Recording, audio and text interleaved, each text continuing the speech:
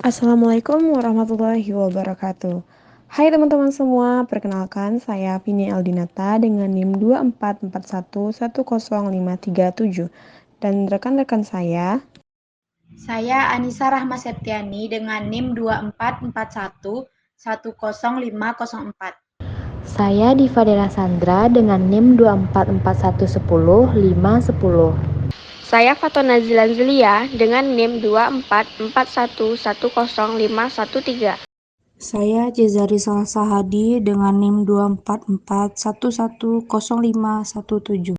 Hai semua, perkenalkan aku Leksa Tabrina Hijri dengan NIM 2441105118. Perkenalkan, nama saya Putri Ramadhani dengan NIM 2441100527. Saya Silvi Junita Putri dengan NIM 2441105332. Kami dari kelompok 3 dari kelas 1A akan menjelaskan proses sirkulasi peredaran darah pada janin. Untuk itu, mari kita simak bersama-sama ya teman-teman.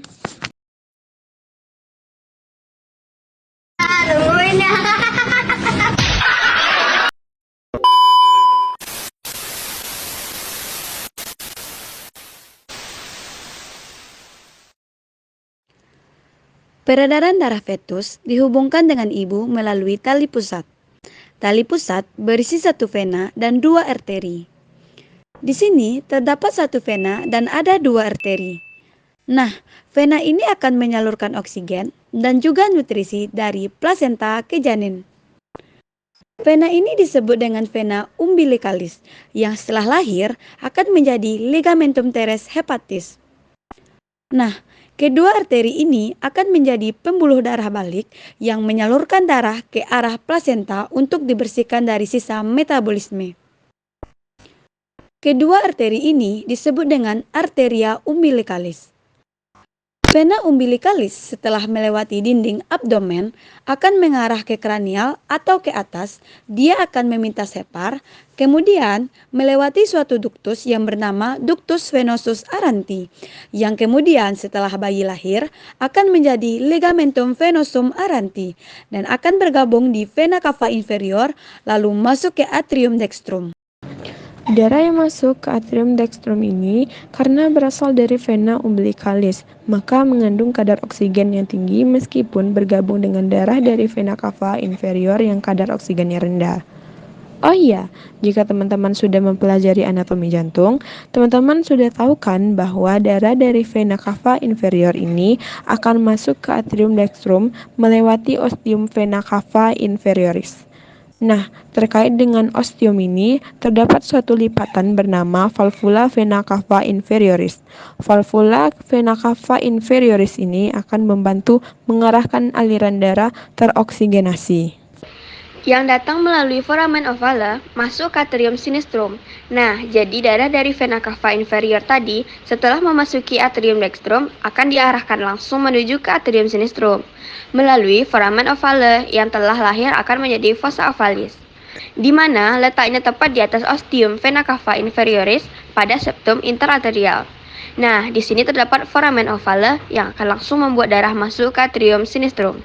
Kemudian, darah akan masuk ke atrium cordi sinistrum dan selanjutnya melalui ventriculus cordi sinister akan langsung menuju aorta dan seluruh tubuh.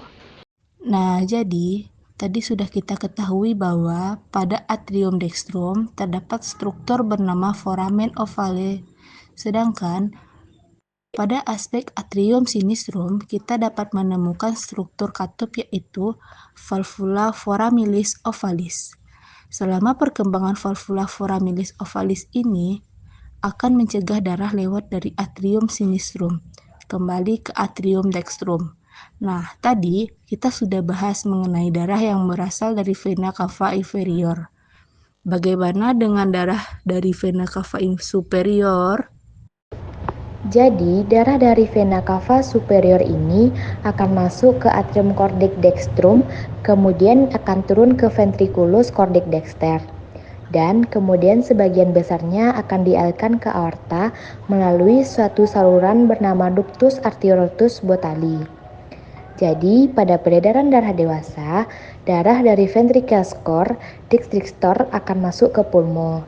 Nah, akan tetapi pada fetus darah akan melewati truncus pulmonaris, akan dialirkan ke aorta melewati ductus arteriosus bertali yang setelah lahir akan menjadi ligamentum arteriosum botali yang menghubungkan arteri pulmonaris sinistra dengan arteris aorta.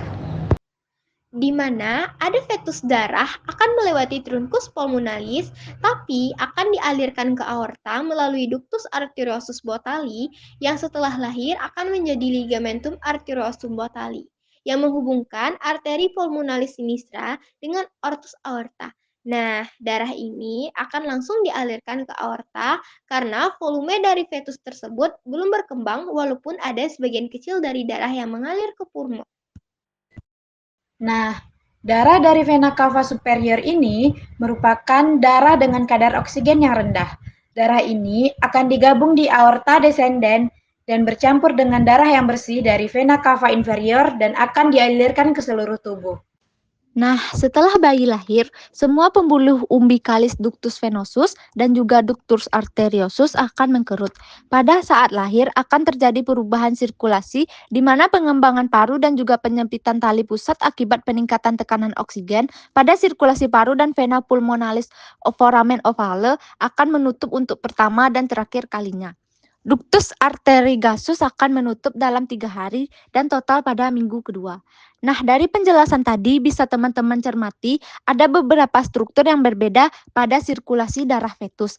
Untuk menutup pembahasan ini, berikut rangkuman beberapa struktur yang ada pada peredaran darah fetus tetapi berubah pada saat lahir. Di antaranya ada ductus arteriosus putali yang berubah menjadi ligamentum arteriosum tali.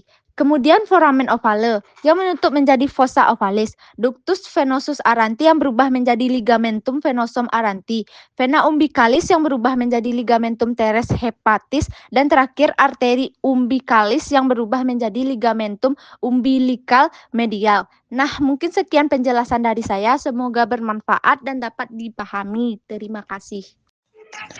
Nah, kurang lebih seperti itu ya teman-teman, proses terjadinya sirkulasi peredaran darah pada janin. Nah, mungkin dengan adanya penjelasan dari rekan-rekan saya, akan lebih menambah pemahaman teman-teman lagi mengenai peredaran darah pada janin tersebut. Baiklah teman-teman, hanya sekian video penjelasan mengenai proses sirkulasi peredaran darah pada janin dari kelompok 3. Saya, Vini Aldinata, dan juga rekan-rekan saya pamit undur diri. Assalamualaikum warahmatullahi wabarakatuh.